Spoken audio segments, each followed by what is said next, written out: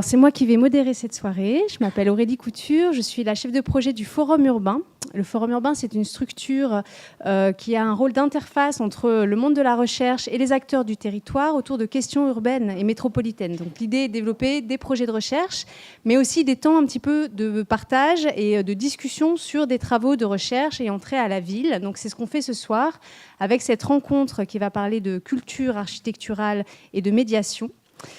Je vais commencer par présenter un petit peu les intervenants et puis ensuite on déroulera le fil de la soirée. Donc on va avoir plusieurs temps dans cette soirée.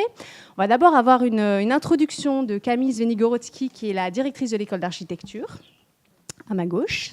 Ensuite, nous allons présenter les résultats d'un ouvrage qui est sur la table que vous avez vu en entrant, les résultats d'une étude qui porte sur la culture architecturale des Français et donc qui a fait l'objet de la publication d'un ouvrage, étude qui a été coordonnée par Guy Tapie, que nous avons ici, qui est professeur de sociologie à l'école d'architecture de Bordeaux et qui est membre du laboratoire Pavé.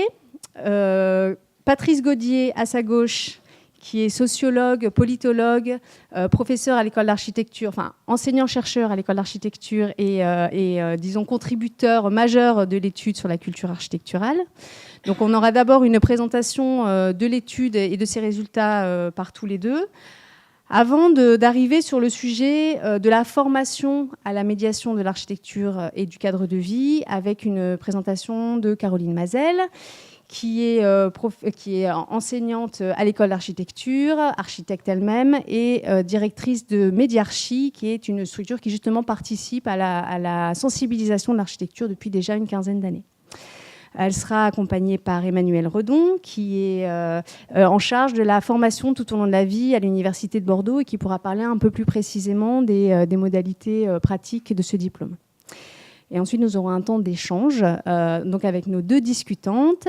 Donc, Céline Domingue, qui est chargée de l'exploitation à Cap Science, et Charlotte de Charette, qui est médiatrice à la ville de Royan dans le cadre, alors médiatrice de l'architecture et du patrimoine à Royan dans le cadre du dispositif Ville et Pays d'arrêt d'histoire. Donc on aura, voilà, ce sera le moment aussi de rebondir sur les différentes interventions et puis ensuite, voilà, on pourra avoir un petit temps d'échange tous ensemble. Je vous passe la parole. Bonsoir à tous. Et donc je vais me permettre de faire une introduction à cette soirée, mais si vous le permettez, un petit peu longue. Je vais essayer de ne pas être quand même ennuyeuse, parce qu'on est dans une journée un peu particulière aujourd'hui. D'abord, vous avez remarqué que l'école d'architecture et de paysage de Bordeaux est fortement représentée, puisqu'on a 3 enseignants-chercheurs présents, mais aussi dans la salle, et que donc la question de la culture architecturale n'intéresse pas que les architectes et les architectes qui doivent être formés, doit intéresser bien au-delà, on le sait. Donc je suis déjà ravie qu'on soit présent, mais surtout ravie qu'on puisse organiser des soirées comme celle-ci, à l'initiative du Forum Urbain, en partenariat avec la Maison de l'Architecture, en partenariat avec l'école et avec le Forum Urbain, qui a aussi comme objectif, je l'ai vu, qui travaille donc déjà sur des problématiques urbaines contemporaines, on l'a vu, mais qui œuvre au décloisonnement des milieux professionnels et des disciplines académiques. Donc ça, c'est quand même très important, et je remercie aussi la présidente de l'Ordre régional des architectes d'être présente ce soir. Donc, important que l'on soit nombreux à travailler sur ces sujets de culture qui concernent tout le monde, et il n'y aura pas d'architecture s'il n'y a pas de culture architecturale. On le voit également dans l'ouvrage. Culture architecturale et médiation font aussi écho à cette journée de mobilisation que l'on a aujourd'hui. Donc il y a un lien, on le voit dans l'ouvrage, et Guy Tapie le décrira fortement après, entre le désir d'architecture et sa connaissance. On montre aujourd'hui qu'il y a un manque de culture architecturale. Ça, c'est quelque chose que l'on peut voir assez fortement dans l'ouvrage, même s'il y a des évolutions, même s'il y a des nuances. Mais globalement, majoritairement, moi, je retiens quand même que 57% des Français sont quand même très éloignés de la question de l'architecture. Et par là, ils sont aussi très éloignés de la connaissance de ce que fait un architecte. Alors, est-ce que le rôle est très mal connu? Est-ce que le rôle est très mal connu parce que les architectes sont encore drapés dans un star system ou une image dérangeante, où ils sont là pour révolutionner les choses et faire une grande œuvre d'art? Donc, évidemment, la plupart des Français finalement, ne souhaitent pas forcément avoir une œuvre d'art comme maison ou comme bâtiment. Ils considèrent que c'est fait pour d'autres. Et puis, c'est pas forcément être mis en cause dans leur choix. Un architecte qui vient les questionner, qu'est-ce que ça veut dire? C'est finalement une démarche qu'ils n'ont pas. Ils préfèrent aller voir un constructeur. C'est quand même beaucoup plus simple. Il va exécuter quelque chose. Il va leur faire une maison à leurs besoins. Il ne va pas les remettre en cause. Donc, on sent quand même que dans la connaissance et dans la posture des architectes et dans la formation des architectes, qui sont là aussi pour faire de la qualité, qui sont là pour être avant-gardistes, qui sont là pour travailler vraiment sur du sur-mesure, il peut y avoir à un moment quelque chose qui se passe et qui n'est pas forcément en écho avec la société. Mais est-ce que c'est cette posture-là? Ou est-ce que cette posture-là, elle arrange? Est-ce que le fait de voir un architecte, un peu architecte beaux-arts, on voit que la plupart des Français considèrent que l'architecture, c'est de l'art, alors que dans d'autres pays d'Europe, l'architecture, ce sera plutôt d'abord de la construction, de la solidité, de la résolution de programmes. Donc, est-ce que cette entrée beaux-arts, qui est quand même plus dans la formation depuis 1968, donc ça fait quand même 50 ans que les architectes ne sont plus formés aux beaux-arts, est-ce que cette vieille appartenance arrange un peu finalement les commanditaires, en se disant finalement, en les laissant dans cette figure-là, on va finalement avoir une commande qui va passer beaucoup plus en dehors des architectes. Et c'est le cas de, malheureusement, la production en France qui est quand même très importante. Pour avoir dans un autre métier regardé les permis de construire, je peux vous dire que la plupart des permis de construire ne sont pas réalisés par des architectes. Donc, voilà cette introduction. Et qu'est-ce que tout ça nous amène aujourd'hui? Et on est sur une journée un petit peu particulière, ce 17 mai 2018, puisqu'on est dans une... Qu'est-ce qui s'est passé aujourd'hui? On est dans une journée de mobilisation nationale. Donc, pourquoi mobilisation nationale? On a un projet de loi actuellement en instance de regard à l'Assemblée nationale. Elle va passer dans un mois au Sénat sur le projet de loi ÉLAN. Alors, ÉLAN, c'est évolution du logement, de l'aménagement et du numérique. Bon. Donc, ce projet de loi ÉLAN est grave. Il prévoit plusieurs dispositions qui amenuisent le rôle de l'architecte dans la production de logements. Une première disposition qui est que plus d'obligation de recours au concours d'architectes pour choisir un architecte pour réaliser du logement. Donc, plus cette stimulation et cette capacité à un moment à créer voilà, une stimulation intellectuelle et une mise en concurrence sur la base de projets. Donc, un choix sur dossier, peut-être sur dossier par rapport à des logements déjà réalisés. Donc, il y a un peu cette idée de bon, qu'est-ce qu'on renouvelle, qu'est-ce qu'on innove? Ça, c'est quand même quelque chose qui aujourd'hui arrive dans les logements. Moi, j'ai des témoignages d'architectes qui me disent on nous donne des plans types. On veut, ça marche bien, allez-y, faites-le. Donc, faites-nous une belle façade et puis on sera content. Donc, l'architecte artiste, toujours, que l'on colle dans ce rôle-là. Donc ça, c'est première chose, la non-obligation de recours au concours pour choisir un architecte pour du logement social. Et la deuxième, qui est sans doute encore plus grave, c'est la disparition de la mission complète de l'architecte pour la réalisation le logement sociaux, c'est-à-dire qu'on prend l'architecte pour faire le permis de construire et après on a des constructeurs pour réaliser et exécuter le reste du marché. C'est-à-dire on segmente la capacité d'intervention. Donc c'est pour ça que je dis il y a un côté artiste là qui est vraiment en train de fortement être stigmatisé et qui finalement amène à oui, faites-nous un beau dessin, une façade, le reste, il y a des gens éventuellement plus compétents pour le faire. Et ça, c'est grave parce qu'on entend aussi, et ça me questionne en tant que directrice, tout tombe, directrice de l'école, c'est qu'on entend pardon, je ramasse mes petits papiers. On entend quand même pas mal de griefs sur les architectes. Donc, l'ouvrage sur la culture architecturale des Français en fait état de quelques-uns, mais ce qu'on entend aussi dans la bouche des maîtres d'ouvrage, c'est finalement, ils sont chers, ces architectes, ils nous font perdre du temps, Ils réfléchissent à des sujets qui nous entraînent sur des thématiques qui ne nous vont pas. Alors c'est ce qui est dit, c'est pas forcément la réalité de tout ce que pensent les maîtres d'ouvrage, mais ce sont les arguments avancés pour défendre la loi Elan. Donc il faut quand même les entendre. Et puis sur le chantier, surtout, ils sont pas compétents. Alors ça, il y a mieux qu'eux. C'est-à-dire que pour résoudre le chantier, on a des entreprises générales qui s'en sortent beaucoup mieux, qui font beaucoup plus efficace, et eux-mêmes, les architectes, ne sont pas toujours... donc il y a sans doute une réflexion à poser pour croiser effectivement les architectes, ce qu'ils veulent, ce qu'ils font, ce qu'ils sont en capacité de faire, et les maîtres d'ouvrage et la société. Donc je crois qu'on est en train là de poser un débat. C'est pourquoi la journée de mobilisation est faite là au niveau de l'ordre des architectes et qui s'est beaucoup œuvré sur le logement. Donc ça a été une grande mobilisation. Donc aujourd'hui à Bordeaux ce matin, réunion de plusieurs maîtres d'ouvrage, bailleurs sociaux, architectes donc c'était au hameau de la cité Claveau, pardon, oui, c'était Nicole Condorcet qui était l'architecte qui avait eu une commande de logement et qui montre finalement une démarche tout à fait innovante, participative, qui a été réalisée, alors que d'ailleurs ce projet était parti sur une commande normale.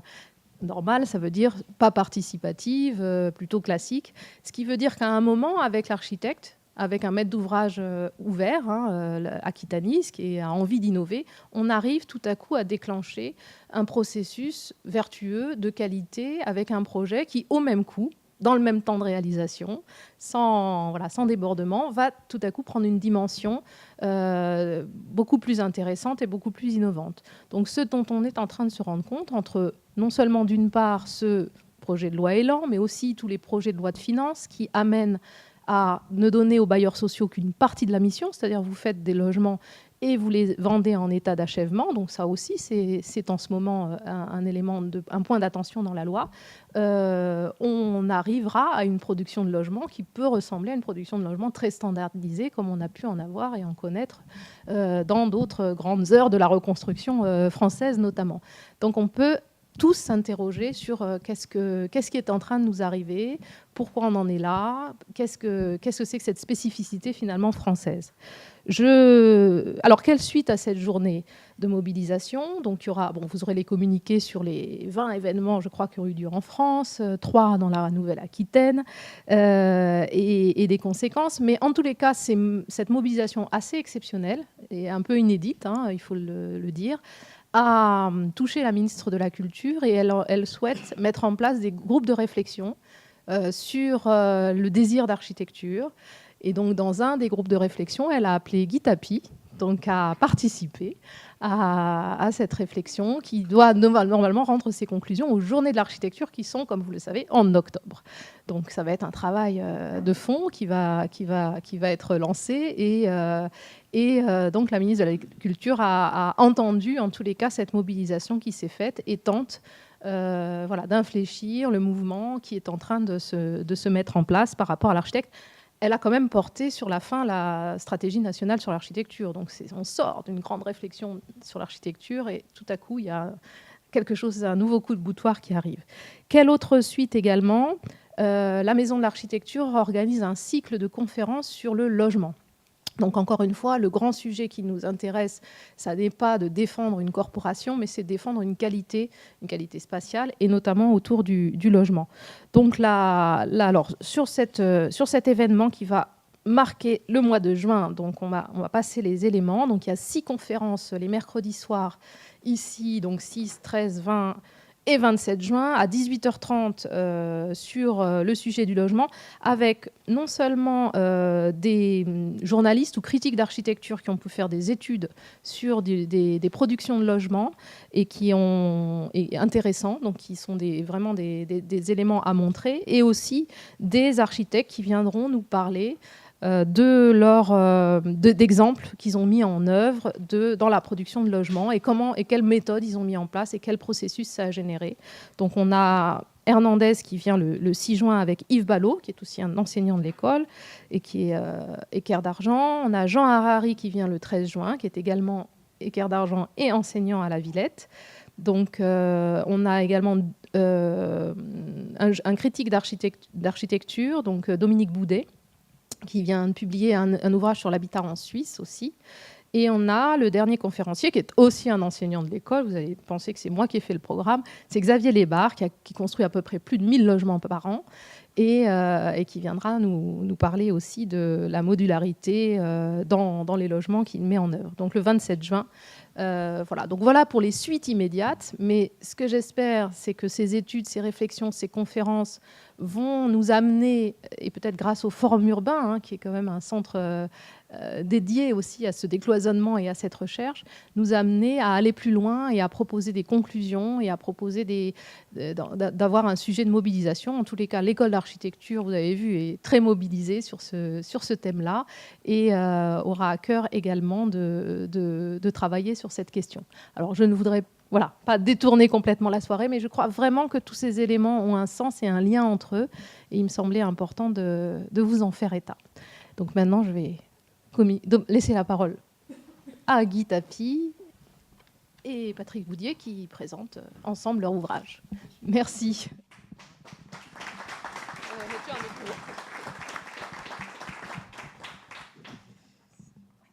Alors, vas-y. Le temps de se caler. Donc, on a prévu une intervention à deux d'une trentaine de minutes. On va se partager la présentation de l'ouvrage avec Patrice Gaudier. Alors, je vais de temps en temps quand même lire mon texte, surtout pour ne pas dépasser le temps qui nous est imparti. Alors, la culture architecturale des Français, c'est le résultat d'une recherche menée de 2010 à 2014, qui a été financé par le département des études, de la prospective et des statistiques du ministère de la Culture. Mais pour nous, l'ouvrage est en fait en continuité avec 20 ans d'investigation sur la fabrication de l'architecture, sur le rôle des acteurs qui y contribuent, sur l'appropriation et les usages du cadre de vie. Alors, pour le commanditaire, tel qu'il avait affiché la demande, pour lui, plus de culture architecturale des Français, ça doit déboucher sur une meilleure appropriation du cadre de vie et une participation plus active et informée au mécanisme de sa fabrication. Donc, au fond, ça améliorerait l'engagement civique des citoyens au moment où l'architecture est traversée, comme vous le savez, par des grands enjeux sociétaux, la durabilité, l'accès au confort, la lutte contre les exclusions, l'intégration dans la mondialisation. Donc, la culture architecturale des Français est basée sur ce postulat qui émane du ministère de la Culture. Alors, mieux connaître la culture architecturale des Français et ses mécanismes de formation, c'est l'objet du livre et c'est bien sûr pas anodin et pas secondaire. Alors, le problème, c'est qu'il faut que j'arrive à me coordonner. Voilà. Et juste, alors, je précise, on a été donc une équipe de travail pluridisciplinaire, comme on le fait à Pavé, profession architecture, ville et environnement, de sociologues et d'architectes. Et donc, on a conduit comme ça ce travail-là sur les 4 années avec des investigations au niveau national. Alors, il faut voir que pour vous, c'est évident parce qu'il y a beaucoup d'architectes de formation ou d'architectes professionnels. Mais la connaissance de l'architecture et ses mécanismes de formation, c'est quelque chose qui n'est pas forcément facile à appréhender de manière, je dirais, pour les chercheurs. Et pourtant, l'architecture, vous le savez tous, définit le cadre matériel des sociétés, où je vis, ma ville, mon quartier, mon logement, comment je me déplace, où je travaille, où je pratique des loisirs. Et va comporter, bien sûr, une valeur identitaire majeure pour les personnes et pour les groupes. Je reconnais mon appartenance à une communauté, je partage des valeurs, je m'inscris dans une histoire personnelle et collective. Et bien sûr, ça dépasse évidemment les enjeux très importants qu'a évoqué Madame la directrice, les enjeux de la profession. Alors, en termes de débat sur les enjeux sociaux contemporains, l'architecture est probablement en second plan par rapport à d'autres disciplines ou activités sociales qui semblent toucher au mode de vie de chacun. La santé, le travail, la gouvernance de la cité, la sécurité, l'environnement. Néanmoins, bien sûr, l'architecture, elle est traduite matériellement, symboliquement, le lieu d'habitat, de travail, la place publique. De la même façon, qui n'a pas critiqué parmi vos connaissances ce qu'est l'architecture des espaces où l'on se sent mal ou qui sont ressentis comme peu fonctionnels. C'est-à-dire qu'on peut très bien ne pas connaître l'architecture, mais on peut aussi la juger. Et ce n'est pas forcément un problème. Qui n'a pas déambulé dans une ville en commentant une rue, une ambiance particulière, qui n'est pas attaché à son lieu de vie, dont la forme bâtie, bien sûr, agit comme une solide mémoire. Et on le voit, bien sûr, en particulier sur le logement. Finalement, l'architecture peut sembler familière, et pourtant, elle n'a pas suscité forcément un engouement important de la part de la population pour mieux la connaître.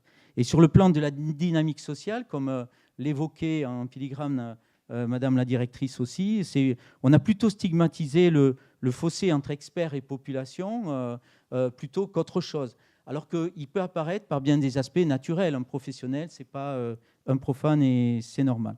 Dans notre esprit, l'ouvrage ne commente pas simplement les résultats statistiques, parce que sa spécificité, c'est d'avoir de nombreux tableaux statistiques qui portent un regard à partir d'un échantillon représentatif de la population française que l'on a interrogé, et Patrice Gaudier y reviendra tout à l'heure, sur les questions d'architecture.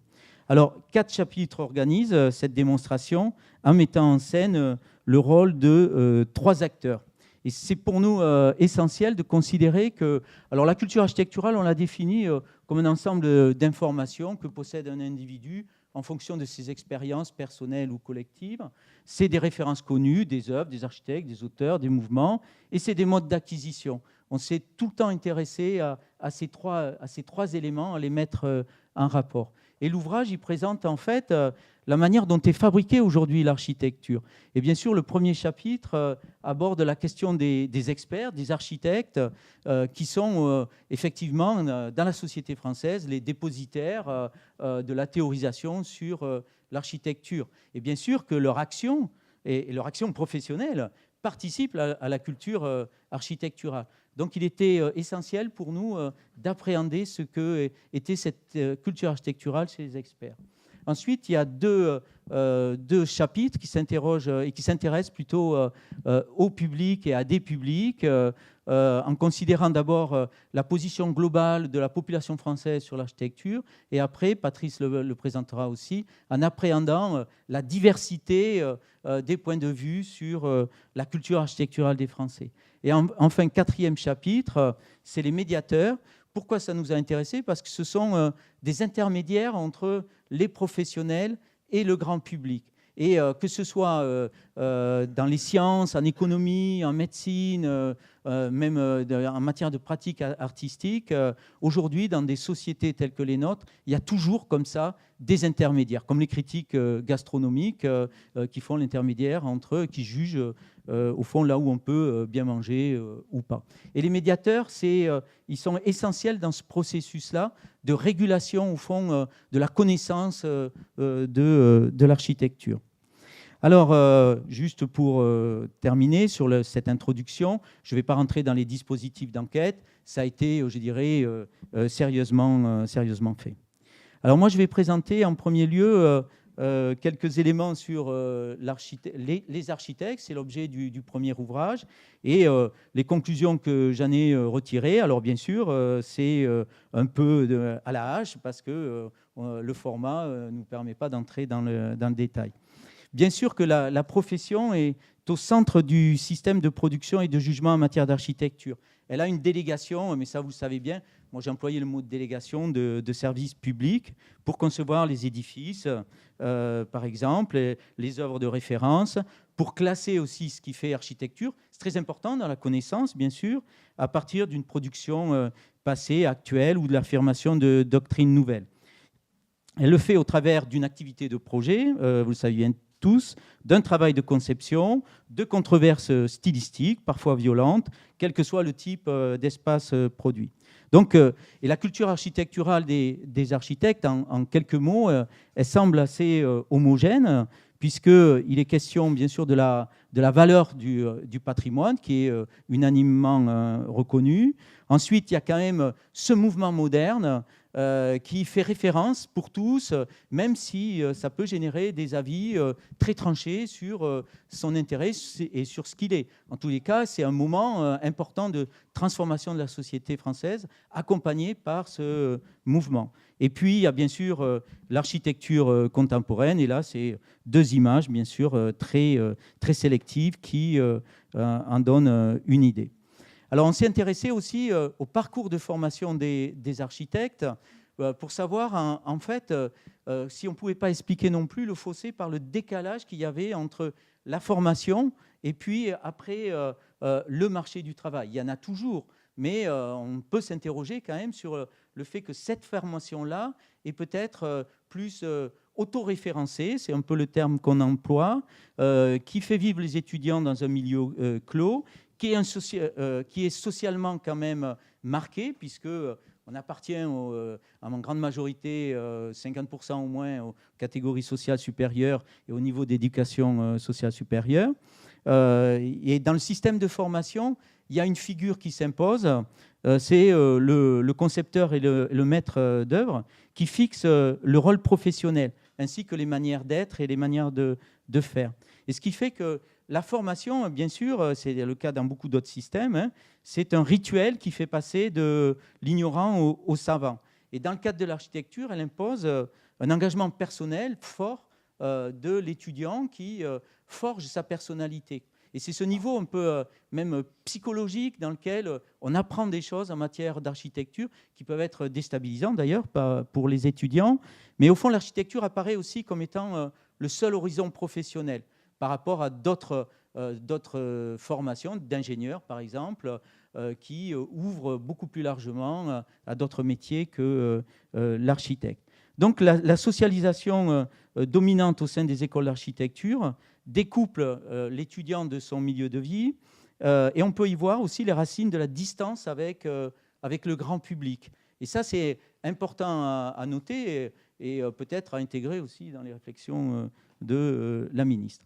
Alors, la profession, pour terminer sur cet élément-là, fait référence pour le grand public aussi. Elle est reconnue, bien sûr, beaucoup plus dans sa figure d'artiste, mais pourquoi elle est reconnue? Elle est respectée dans le sens où les architectes élaborent des œuvres originales, que la profession a une historicité et que l'on associe au monde de l'art. Donc, pour tout le monde, c'est respectable. Mais elle est aussi critiquée dans sa posture élitiste quand elle est jugée coupée des enjeux du quotidien. Et c'est un peu tout l'enjeu qu'il y a dans le milieu professionnel aussi, de faire valoir un peu et dépasser surtout cette coupure. Alors maintenant, on va passer, normalement j'avais des photos, mais c'est difficile de se coordonner à l'écrit et à parole. Et je vais essayer, qui va être mieux coordonné que moi, Patrice.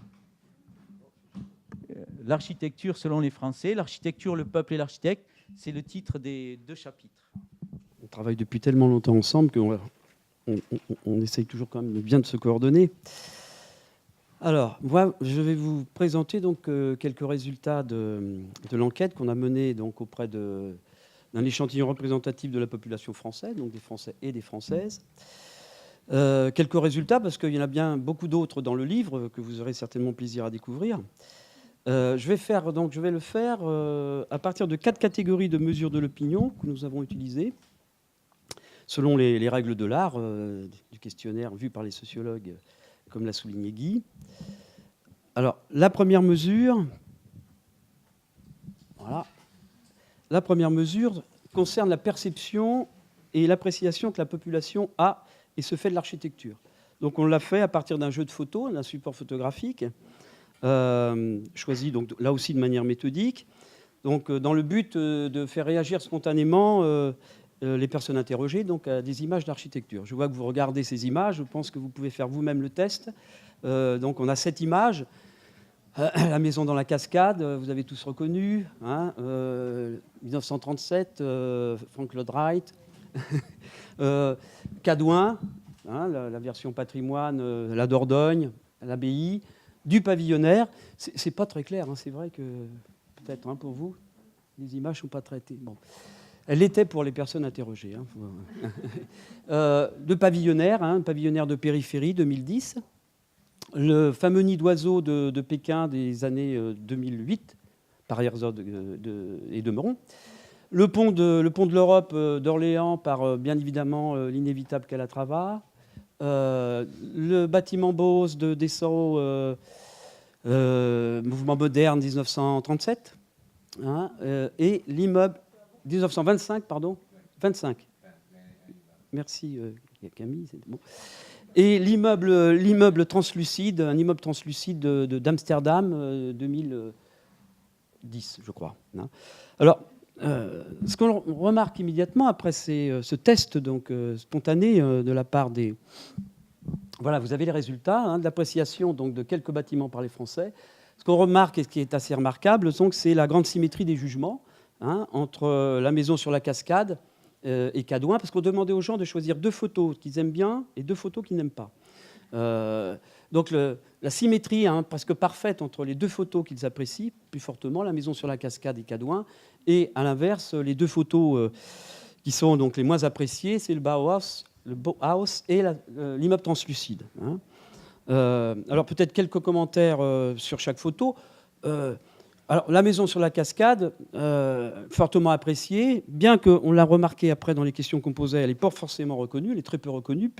Peu de gens la connaissent son auteur et son époque, mais on peut penser que c'est la maison d'architecte type, la maison presque iconique. À l'opposé, on voit le bâtiment translucide, lui cristallise le rejet de l'avant-garde, là aussi c'est pas très nouveau. 2 raisons à cela. On sait que le contemporain a toujours du mal à concurrencer le bâti patrimonial, avec sa légitimité historique, etc. Donc ça, c'est Cadouin, par exemple. Et le fait aussi qu'on assiste à une sorte de brouillage de l'architecture contemporaine, à la difficulté de saisir les intentions de l'architecte. D'ailleurs, c'est ce qu'a toujours montré les sondages d'opinion sur l'architecture, notamment dans les revues spécialisées et dans le journal Le Monde, qui est fait depuis 1992. On a toujours les mêmes résultats et avec toujours les mêmes commentaires. On brouille le sens, la forme par rapport à la fonction. 3e commentaire, le pavillonnaire, qui arrive en position 3.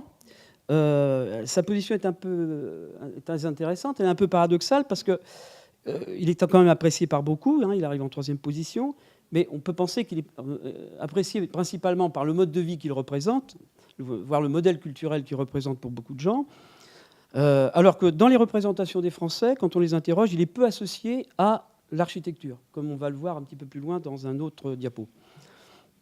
Le nid d'oiseau apprécié pour son aspect monumental. Sa réception, par contre, est assez mitigée du point de vue de l'esthétique, de même que le pont, pour sa performance, c'est des infrastructures, pour sa performance en termes d'ouvrage d'art. Le Bauhaus, je vais vite, mais on a tout un discours dans le livre autour des réactions vis-à-vis de ça. Le Bauhaus, rappelle quant à lui trop les bars et les grands ensembles, donc une sorte d'univers aseptisé, les termes sont utilisés comme cela. Donc ça, c'était les commentaires sur chaque photo. Ensuite, on leur a demandé, pour vous, dans ces bâtiments, qu'est-ce qui faisait architecture ? Donc, appréciation sur ce qui fait architecture, et on a, selon le bâtiment, sur une échelle de 1 à 10. On a fait estimer ces appréciations sur une échelle de 1 à 10. Comme le montre ce tableau, on a là aussi des réponses assez scindées entre deux édifices, deux groupes.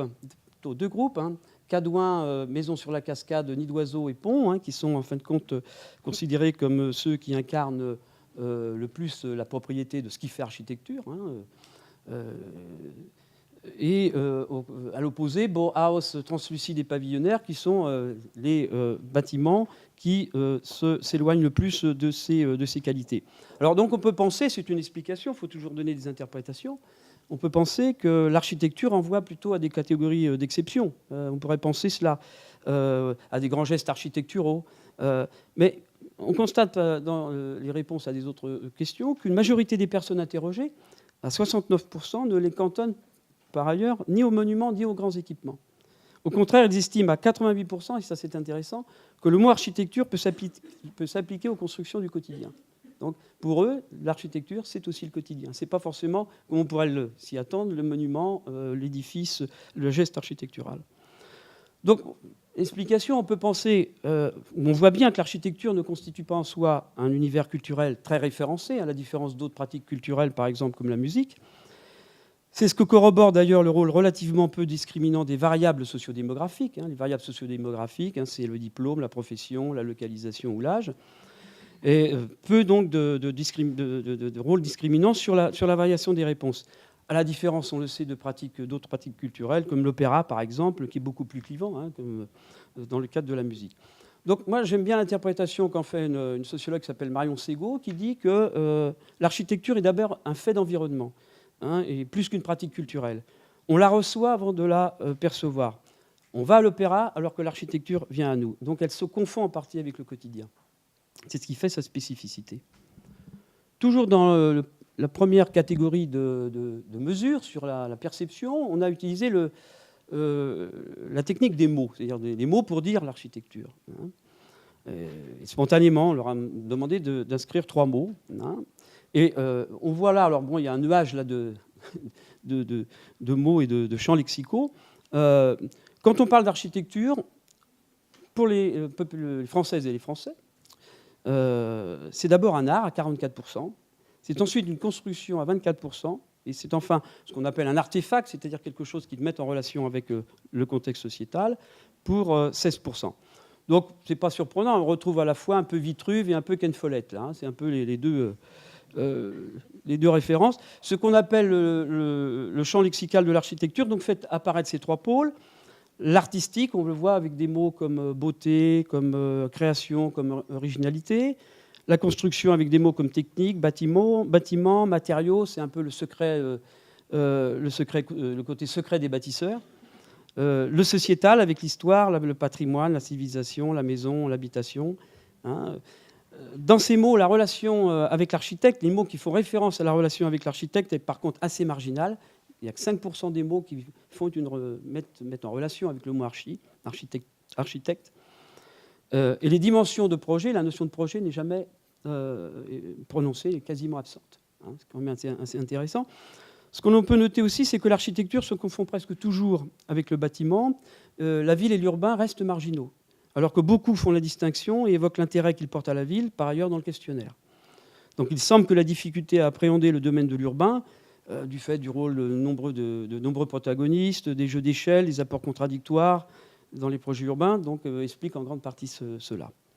Voilà, ça c'était la première mesure.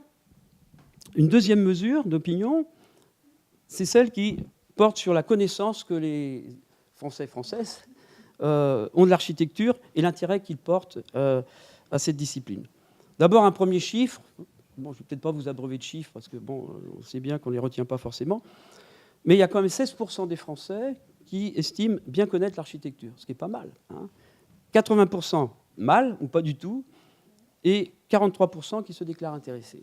On retrouvera ces chiffres à travers nos familles, puisqu'on a fait une typologie pour résumer tout ça. Donc concernant la connaissance des architectes, je pense que là aussi c'est pas très nouveau, mais quand on demande quelles sont les têtes d'affiche en architecture, on a d'abord les figures historiques qui sont convoquées.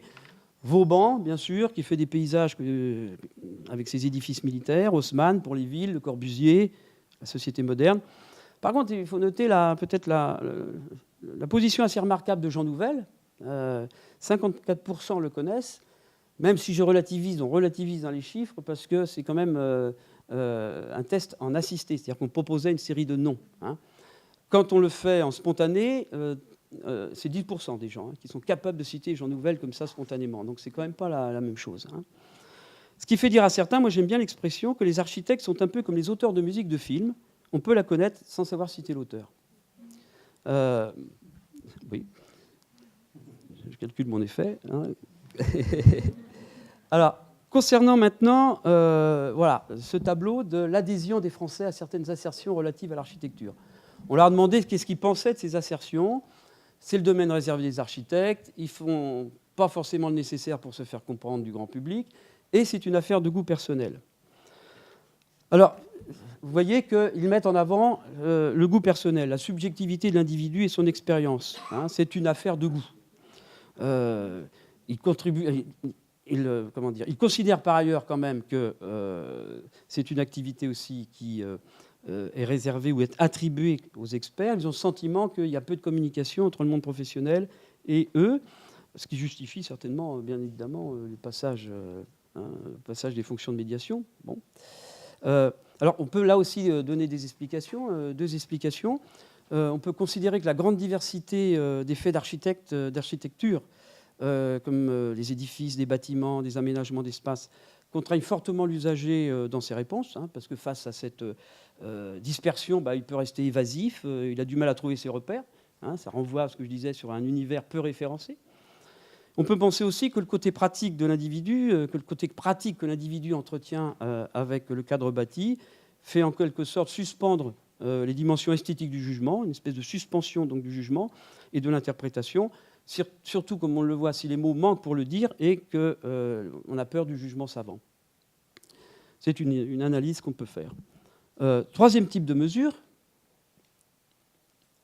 c'est celle des modes d'acquisition de connaissances architecturales. C'est-à-dire, comment on fait l'apprentissage de l'architecture? Quelles sont les voies et les moyens? Alors on voit qu'il y a une formule optimale. Le tiercé gagnant, c'est les voyages, c'est les émissions télévisées et c'est l'environnement local. L'environnement local, c'est tout ce qui concerne la prise sur ce qui vous entoure, sur la proximité, sur le quotidien. Le voyage et la visite personnelle montrent qu'il faut un cadre d'expérience propice à l'écoute. C'est un des résultats de notre étude, montrer que l'architecture se révèle en situation, quand il y a un cadre d'expérience. Elle arrive toujours de biais, comme disait le sociologue, elle arrive toujours en oblique. On va parler d'architecture en relatant une expérience, et ce qu'on a vu dans les entretiens qualitatifs, quand on va parler de son logement, par exemple, et c'est ça qui est très intéressant. Donc, voyage, visite personnelle, le cadre d'expérience, la télé, bien évidemment, qui est le média roi pour accéder aux images d'architecture, enfin télé et médias, parce que maintenant, les tablettes, etc., peut-être que... D'ailleurs, on peut deviner là qu'il y a une notion d'âge qui fait varier les réponses, bien évidemment. Et enfin, l'intérêt de l'archi pour mieux connaître son environnement proche et quotidien est un élément important qui montre bien le désir de comprendre, le désir d'architecture, le désir de comprendre et d'analyser les projets et les réalisations qui transforment l'environnement, pour 54% des gens interrogés. Donc il y a des variations, bien sûr, en fonction de l'âge et du diplôme. Plus la personne est diplômée, comme d'ailleurs on le remarque dans toutes les enquêtes sur les pratiques culturelles des Français, il y a vraiment des grandes variations en fonction de l'âge et du diplôme. Plus elle intègre l'architecture à son expérience de vie, à son investissement citoyen. Les voyages et l'implication dans l'environnement local sont des moyens plus sélectifs qui demeurent discriminants, tandis que la télé, elle, est plus accessible à tous et elle est nettement moins discriminante. Enfin, la dernière mesure, qui est une sorte de mesure de synthèse, et les sociologues aiment toujours faire des typologies. Ils aiment créer des familles. Alors vous avez des attitudes globales vis-à-vis de l'architecture, 3 grandes familles d'attitudes et de pratiques. L'amateur, l'intéressé et l'éloigné, que dans un premier temps on avait qualifié d'indifférent. Mais bon, avec, vous l'avez remarqué, une petite frange d'éloignés cultivés, parce qu'il y a toujours en fin de compte des profils un peu atypiques. C'est des gens, et c'est assez surprenant, qui ont un degré de connaissance important, mais qui s'en foutent. Je veux dire vraiment, ils sont indifférents à l'architecture, et ceux-là, ils nous posent toujours problème, parce qu'on a beau faire tourner les ordinateurs, ils apparaissent toujours. Peut-être qu'on les aura un jour en médiation, mais bon, ils sont très intéressants. Il faudrait faire une étude sur eux, d'ailleurs, c'est évident. Ouais. Alors, rapidement, quelques portraits pour cela. L'amateur, c'est 15% des Français. Si on se ramène, on voit une population, je ne sais pas, de plus de 16 ans, ça fait combien? Ça fait 30 ou 40 millions de personnes. Donc, ce 15%, c'est quand même assez énorme comme potentiel, si on ramène... voilà. Alors, son portrait, c'est quelqu'un de convaincu par l'importance de la discipline, il serait à moins. Donc, c'est quelqu'un qui se revendique, c'est presque au sens 18e, l'amateur qui aime, qui se revendique de la culture savante. Il lit beaucoup, la dimension artistique prime dans ses choix culturels. Il mobilise donc les livres, les magazines, les expositions, les conférences. Il fréquente assidûment les structures de médiation. Caroline, je crois que tu as des amateurs dans ton public. Ils estiment plutôt que l'architecture, ce n'est pas une affaire de goût personnel, ce n'est pas que ça.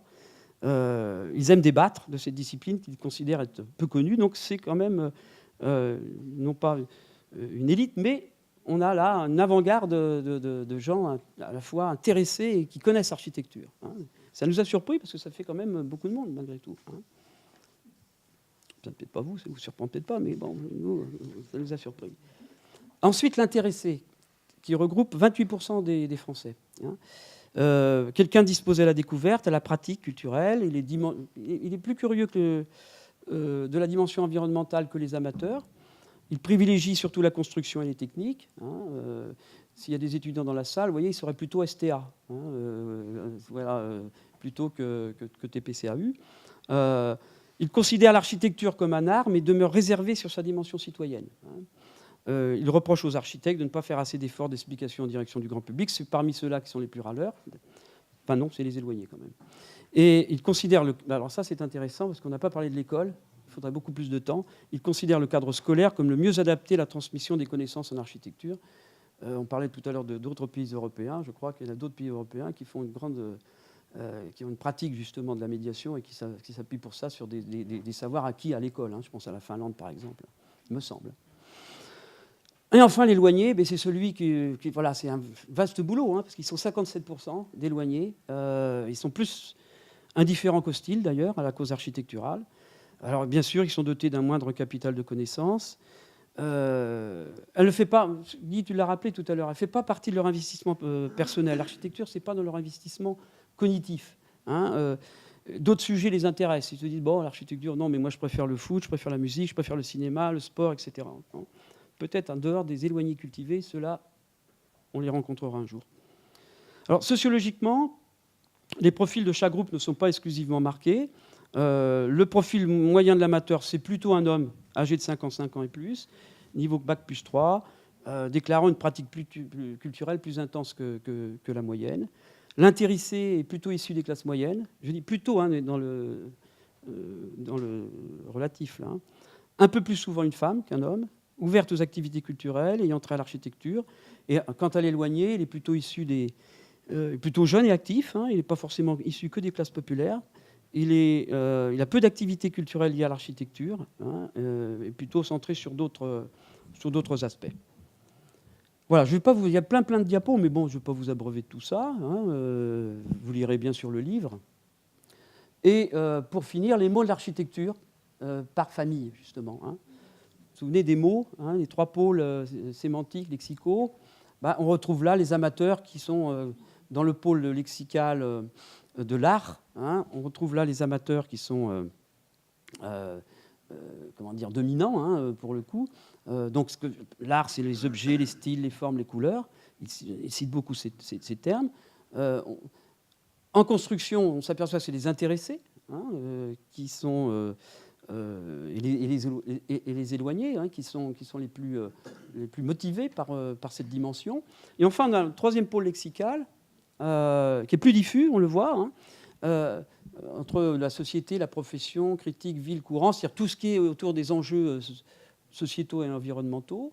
On voit d'ailleurs, dans la dimension critique, ce sont les éloignés, 6%, bon, c'est des petits scores, mais qui sont les plus critiques. Et d'ailleurs, on avait remarqué des termes assez virulents, hein, contre les architectes, contre l'architecture, etc. On voit aussi que les intéressés font part de leur intérêt pour la plupart de ces thèmes. C'est ça qui est intéressant, peut-être. Hein. Il faudra en tirer Ils sont intéressés par tous ces aspects-là, hein, toutes ces entrées dans l'architecture, que ce soit sociétale, professionnelle, critique, la ville, etc. Quoi, hein. Voilà. Pour l'essentiel, je pense que maintenant, on va passer immédiatement au 3e groupe, qui sont les médiateurs. Merci, Patrice, pour ces commentaires et surtout le fait que tu as réussi à articuler ton texte et les diapositives. Donc, le 3e élément, qui est le 4e chapitre du livre, comme je vous l'ai expliqué, c'est l'idée d'architecture diffusée et c'est au rôle des médiateurs. Alors, sur le rôle des médiateurs, c'est, comme je l'ai dit aussi, c'est assez intéressant parce qu'on est dans des sociétés qui sont plus exigeantes et réflexives, éduquées et démocratiques. Et effectivement, l'accès à tous les savoirs, c'est quelque chose qui est une revendication qui apparaît comme naturelle. Ça se fait notamment, il y a une personne de Cap Science, ça se fait bien sûr pour la science en général. Parce qu'à un moment donné, la science se pensait tellement évidente qu'il n'y avait pas besoin de la faire connaître. Eh bien si, il y a besoin de la faire connaître et de la rendre populaire. Alors, dans le champ de l'architecture, depuis plusieurs années, il émerge des acteurs donc, qui sont nommés médiateurs, majoritairement architectes de formation, dont l'activité est justement d'éduquer un public profane à l'architecture. Et on a déterminé ça comme étant, c'est totalement illisible bien sûr, mais c'est le marché du milieu de la médiation.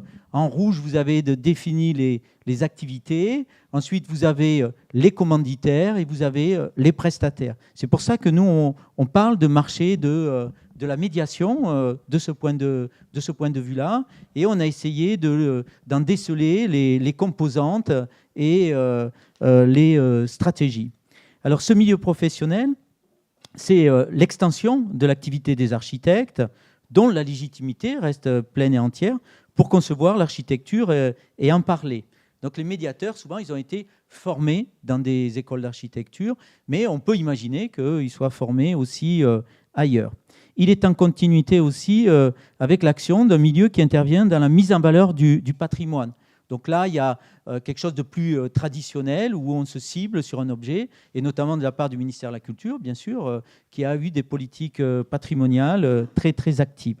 Et plus récemment, c'est intéressant, il est impulsé par la démocratie participative pour débattre des projets qui transforment les villes.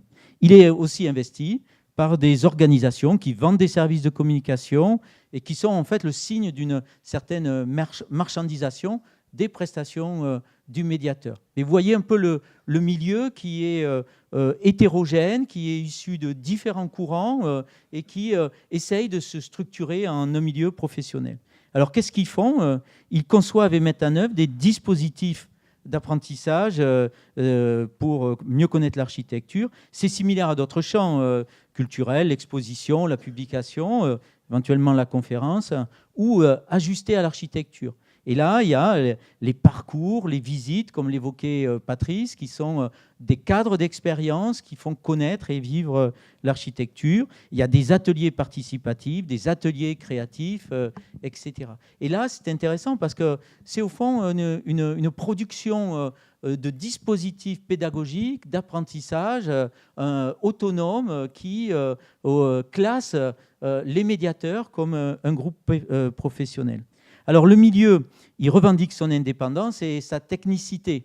Son indépendance vis-à-vis des architectes eux-mêmes, quelquefois qui ne sont pas les mieux placés pour parler de leurs œuvres et de l'architecture, vis-à-vis aussi des promoteurs, vis-à-vis des élus locaux. Les médiateurs ne sont pas simplement des porte-parole au fond d'une politique communale ou métropolitaine.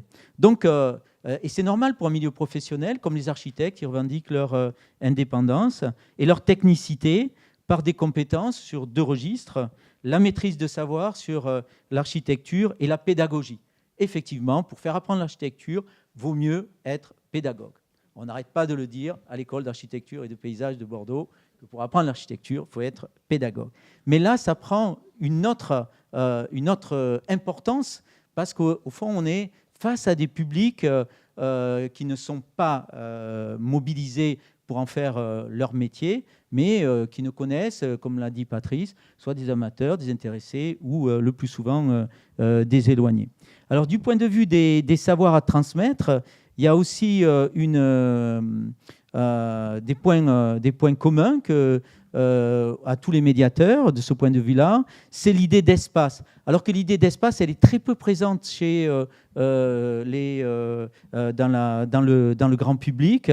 L'espace au travers de ses propriétés constructives, sensibles et pratiques, ou alors esthétiques, bien sûr. Mais il y a aussi l'idée de projet.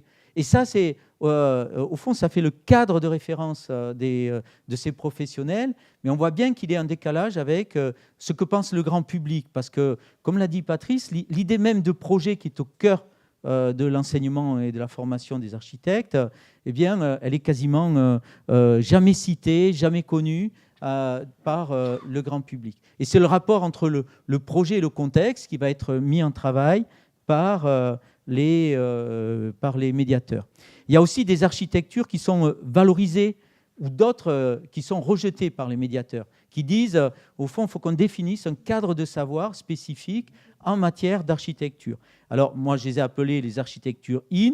Donc, vous voyez l'habitat individuel, un grand succès parmi les constructeurs.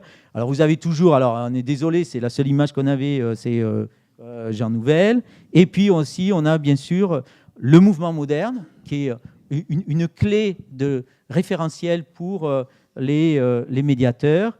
Et vous avez aussi tout ce qui est lié à la pratique urbaine, la pratique de la ville, qui apparaît qu'un enjeu de connaissance majeur pour les médiateurs. Et puis, vous avez les architectures out, qui sont celles, bien sûr, dont on entend parler régulièrement, l'habitat pavillonnaire individuel, celui des constructeurs en particulier, et puis ces zones en périphérie des villes où, au fond, se développent ces centres commerciaux en particulier. Et donc, là, ce qu'il y a d'intéressant dans le fait qu'on ait un référentiel d'architecture commun et partagé, c'est qu'on peut bâtir comme ça aussi des savoirs, comme une discipline bâtit des savoirs. Et c'est très important pour la structuration du groupe professionnel. Alors, le champ de la médiation architecturale et urbaine, paysagère, on va l'étendre, est en expansion, qui est favorisé par l'intérêt quand même croissant de la population pour l'architecture et la ville. Et notamment la ville, c'est ce qu'a dit Patrice, même si on a du mal à l'appréhender, enfin les habitants ont du mal à l'appréhender, eh bien, ils voient bien que c'est des enjeux pratiques et esthétiques très importants. C'est aussi lié à la multiplication des projets urbains et architecturaux dans les collectivités locales où, mais Borno en est l'exemple, ils se multiplient et aujourd'hui on est dans des logiques de mobilisation, de proximité des habitants et donc effectivement ils sont plus au fait des projets qui les concernent très directement.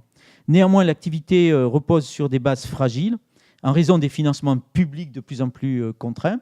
Alors, bon, peut-être que la ministre va réfléchir, mais peut-être qu'elle va aussi, à un moment donné, mobiliser des financements pour la médiation architecturale et urbaine, qui sont donc de plus en plus contraints. Et pour beaucoup, le milieu fait face à des forces contraires aussi entre le maintien d'une ambition civique désintéressée et l'introduction d'une logique marchande liée à la marchandisation des prestations. Donc, nous, ce qui nous a intéressé là, c'est de faire, au fond, de bien comprendre comment fonctionne ce milieu professionnel. Et vous allez avoir, bien sûr, le lien très direct, après la petite conclusion que je vais vous proposer, avec les raisons du DIE. Alors, pour terminer, je vais le faire très vite, c'est que, bien sûr, la connaissance d'architecture, ça vous paraît évident pour vous, mais pas pour la population en général. L'architecture ancre les individus, les groupes, les institutions dans une société et dans une histoire. C'est très important. Donc, ça fait partie, au fond, de notre être personnel et social. Donc, effectivement, elle mérite une certaine attention. Par la diffusion de sa connaissance, ce qui est en général cherché, c'est le passage d'une lecture sensible à une autre, plus élaborée. Et c'est une étape fondamentale pour consolider une culture architecturale. Il faut qu'on soit capable d'interpréter, de poser des mots pour regarder ce qu'est l'architecture. Et en même temps, on voit bien que malheureusement, quand on avait demandé si fréquenter des lieux de médiation, la médiation, elle était prioritairement réservée à un public urbain parce que c'est là où ils existent et plutôt éduqués. Donc, ils touchaient en priorité ces activités de médiation, les publics des amateurs. Alors, on a demandé aussi qu'est-ce que c'est l'enjeu d'une meilleure connaissance de l'architecture. Alors là, bon, il y a une forme de consensus, mais c'est intéressant que ce soit le premier, je vais juste commenter celui-là, se cultiver personnellement. C'est comme si, au fond, l'enjeu social était un peu en retrait. C'est ce que disait Patrice aussi, hein, c'est que quand, au fond, l'architecture, c'est affaire de goût personnel. Et bien sûr, vous savez tous que ce n'est pas affaire de goût personnel, puisqu'on est capable de poser, au fond, une connaissance sur ce qu'est l'architecture et un moyen d'apprendre cette connaissance. Alors là, c'est... Oui. Je laisse à votre réflexion. Mieux connaître l'architecture, c'est ne pas faire appel au service d'un architecte et ne pas faire... Voilà. C'est quand même... peut-être ça laisse aussi songeur. Merci, Monsieur Gaudier, pour votre commentaire. Tout en bas, c'est pour ça. À propos, voilà. Voilà. Pour les trois familles. Hein, pour les trois familles. Voilà. Donc, il y a du boulot. Là aussi. Mais c'est intéressant parce que c'est aussi le rapport entre connaissance de l'architecture et marché de l'architecture. On l'a évoqué tout à l'heure, mais ce rapport-là, il doit être véritablement mis en travail pour justement peut-être faire bouger les lignes si on le souhaite. Et puis, à quoi sert la connaissance de l'architecture ? Là, c'est pas très lisible, mais c'est toujours faire le lien entre un bâtiment et son contexte historique, comprendre les techniques de construction, de conception et de construction, reconnaître un style, et puis comprendre les problèmes du quotidien qui arrivent en dernier. Donc là, c'est des questions qui peuvent être aussi consensuelles, mais après, bien sûr, dans la réalité, c'est de savoir si on est capable de se déplacer pour apprendre quelque chose sur l'architecture, c'est un autre enjeu. Alors, la sensibilisation du grand public à l'architecture, moi, m'est apparu comme un thème marginal dans la formation des architectes. On en parle quasiment jamais sous cet angle-là de culture architecturale des Françaises et des Français, comme tu l'as dit. Et ça suscite, bien sûr, personne ne peut être contre, aucun architecte aujourd'hui il peut dire il n'y a rien à faire du public, hein, ou du public et donc du client. C'est un discours politiquement et professionnellement correct, mais ne débouche pas forcément sur des visions claires d'actions à mener. C'est pour ça que la ministre a proposé de réfléchir, encore une fois, sur le sujet. Et c'est intéressant, on a interrogé les jeunes architectes, ils sont assez partagés, en leur demandant est-il nécessaire de sensibiliser le public aux enjeux de l'architecture. On s'attendait à des réponses assez massives vers ben oui, c'est pareil nécessaire. Mais en fait, c'est la moitié d'entre eux qui estiment que c'est indispensable. Alors que l'autre moitié, c'est indispensable, mais ce n'est pas fondamental non plus. Donc, c'est ce qui veut dire, de manière euphémisée, on peut s'en passer. Et donc, ce qui est intéressant, c'est que la dissymétrie des positions entre architectes et grand public, bien sûr, comme je l'ai dit, elle est naturelle, mais elle révèle quand même les difficultés à partager dans un champ de la vie sociale des enjeux collectifs forts. Et c'est en cela que la culture architecturale des Français est peut-être un chantier à venir. Et donc, il y a un double défi, et je termine sur ça, qui demeure. Bien sûr, atteindre les éloignés pour au minimum susciter leur intérêt. Comme l'a dit Patrice, il y en a qui s'en foutent, donc il faut aller les chercher. Et puis, ajuster l'action de la formation des médiateurs à celle de la profession. Et là, c'est aussi un nœud du problème pour créer ce que je disais tout à l'heure, de lien entre une profession et une société. Voilà, je vous remercie pour cette attention. On a été plus long que prévu. J'en suis désolé pour les intervenants suivants et pour Aurélie. Merci. Et je remercie Patrice. Alors, Caroline, justement, tu as participé à la réalisation de cette étude. Comment cette étude a servi à engager une réflexion sur une formation à la médiation justement de l'architecture et du cadre de vie ? Je ne te réponds pas sur le canapé, Aurélie, puisque j'ai un diaporama à ouvrir. Merci. Parfait. Très bien. Alors, à partir de ce socle de connaissances que nous avons acquises, nous avons en effet mis en place un enseignement à l'école d'architecture de Bordeaux et une formation continue en partenariat avec l'Université de Bordeaux, dont je vais à présent vous présenter de manière synthétique, je vous rassure, l'organisation et les finalités. Vous voyez ici quelques membres de l'équipe qui sont nommés, sont ici présents dans la salle. Le service formation continue de l'Université de Bordeaux, qui l'a monté avec nous, et l'un des enseignants de l'université qui nous accompagne également. Alors, ce projet, tout d'abord, d'enseignement, vous le voyez, de master à l'ENSAP, qui est un enseignement d'optionnel, a été conjointement mis en place du fait d'abord de l'intérêt des étudiants pour cette thématique. On se rend compte que dans les alors ça défile tout seul, pardon, j'aurais souhaité que ça s'interrompe. Et comment je fais ça, voilà, oui, moi ça va trop vite. Parfait, merci. Donc on remarque en effet que les étudiants, que ce soit dans leurs séminaires recherche, dans leurs travaux d'enquête, ou bien globalement dans les échanges que l'on peut avoir avec eux, expriment le souhait d'ajouter cette corde à leur arc, on va dire. C'est-à-dire qu'une compétence dans le domaine de la médiation qui était peut-être pendant longtemps ignorée ou marginalisée, et dont ils disent qu'aujourd'hui, ben oui, bien sûr que c'est nécessaire, puisque un jour en face de nous, on aura des maîtres d'ouvrage, on aura ce que l'on appelle une maîtrise d'usage, et bien évidemment qu'il faut qu'on ait cette aptitude-là. Cet enseignement, il est né aussi de la réflexion théorique et pratique de deux d'entre nous.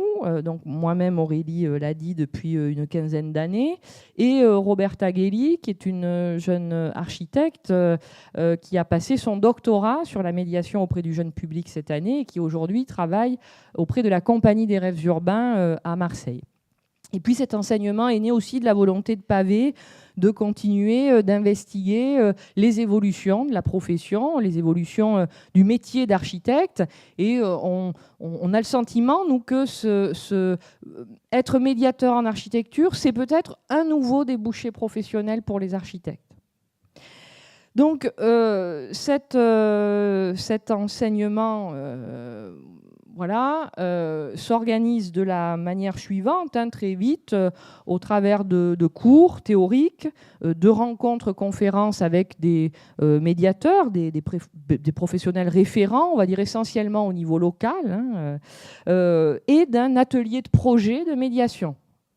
Voilà, moi j'ai souvent eu le sentiment en tant qu'architecte, et donc en effet moi ça défile tout seul, je ne sais pas pourquoi, qu'on était formé à faire projet, quel que soit le projet, formé à faire un projet d'espace, d'aménagement de l'espace, d'aménagement du territoire, mais on le voit bien ici, dans cet atelier de projet de médiation, on va concevoir, fabriquer, élaborer une pensée d'abord intellectuelle et puis la réaliser ensuite au travers d'une action de médiation. Et oui, la médiation, ça a beau être une aptitude plus ou moins naturelle que l'on a les uns et les autres. On sait très bien qu'il y a des architectes qui sont plus aptes à le faire naturellement que d'autres. Certains regardent le bout de leurs chaussures, d'autres ont une espèce de prestance un petit peu naturelle. C'est une compétence qui vient avec l'expérience. C'est quelque chose qui ne s'improvise pas et qui impose un minimum de pédagogie et de méthode pour arriver à opérer ce transfert de connaissances, on va dire, d'une sphère dite sachante, et ce n'est pas suffisant de l'aborder de la sorte, vers le grand public. Cet atelier de projet, sa spécificité, c'est que depuis son origine, donc depuis 2013, il a été mis en place en partenariat avec des collectivités locales. Donc en 2013-2014, on a commencé avec l'établissement public Euratlantique. Donc là, il était question d'assurer une médiation de ce projet au travers auprès des riverains, auprès des voilà. Et alors donc, parmi les exercices auxquels doit se frotter un médiateur, c'est de ne pas être déconcentré quand l'informatique ne marche pas. Donc, assurer une médiation auprès du public riverain de cet aménagement, ça c'était en 2013-2014. En 2015, on a travaillé avec la ville de Talence sur le thème de la ville au cinéma. Donc, les étudiants ont animé une soirée au Dôme de Thouars autour des liens qui peuvent exister entre l'architecture, l'urbanisme et le cinéma. 2016, c'était le printemps urbain, qui est une manifestation autour des questions d'aménagement dans la ville de Saint-Médard-en-Jalles. Et puis 2017, la ville d'Anglette, qui est animée par un certain nombre de projets de densification, de révision de ces modes de transport, et qui souhaitait, là encore, d'être épaulée par les étudiants au travers de sa maison des projets. Donc un enseignement d'un semestre où eh bien, les étudiants définissent d'abord un objectif de médiation, comme vous pouvez le voir à l'écran, à quelles questions je veux éveiller le public. Dans un second temps, à quelle cible de public je veux m'adresser. Est-ce que je m'adresse à des adultes, à des enfants, à un public spécifique, peut-être en situation de handicap. Et puis un mode de médiation. Voilà, est-ce que je suis plutôt dans une pédagogie active, passive. Et enfin, je définis un support de médiation. Donc, est-ce que je vais travailler sur une balade urbaine? Est-ce que je vais travailler sur un atelier participatif, sur un site web, sur une vidéo, sur une installation, que sais-je. Donc, durant un semestre, en vue d'une restitution publique, voilà, avec une situation réelle, ce qui n'est pas courant dans nos études forcément d'architecture, mais là, pour la médiation, on se prête facilement à cet exercice-là. Donc, les étudiants se confrontent à un public et se retrouvent en situation d'évaluation immédiate. Voilà, qu'est-ce que je comprends ou non, finalement, j'ai une personne devant moi, je lui explique quelque chose, est-ce qu'elle comprend ou non ce que je raconte? Et ça peut être très cruel, d'ailleurs, le résultat. Avec un certain nombre de travaux qui avaient pu être exposés dans le cadre de la biennale d'architecture Agora. Voilà. Donc, suite à cette expérience d'enseignement, nous avons souhaité mettre en place, je dirais, un post-diplôme, cette fois-ci s'adressant à un autre public, un public de professionnels en activité, donc un projet en formation continue cette fois-ci, et projet mis en place très tôt en partenariat avec un certain nombre d'acteurs référents de la médiation, de structures de médiation référentes en France, qui pour la plupart d'entre eux ou d'entre elles faisaient partie de notre comité de pilotage de l'étude, de l'étude sur la culture architecturale. Alors, quel public pour ce DIE, donc diplôme interétablissement, co-organisé par l'Université de Bordeaux et l'École nationale supérieure d'architecture de Bordeaux? Eh bien, les architectes, les urbanistes, les paysagistes, on va dire, qui exercent dans le domaine de la maîtrise d'œuvre ou de la maîtrise d'ouvrage, sous forme libérale, sous forme de salariés, chez des bailleurs, dans des mairies.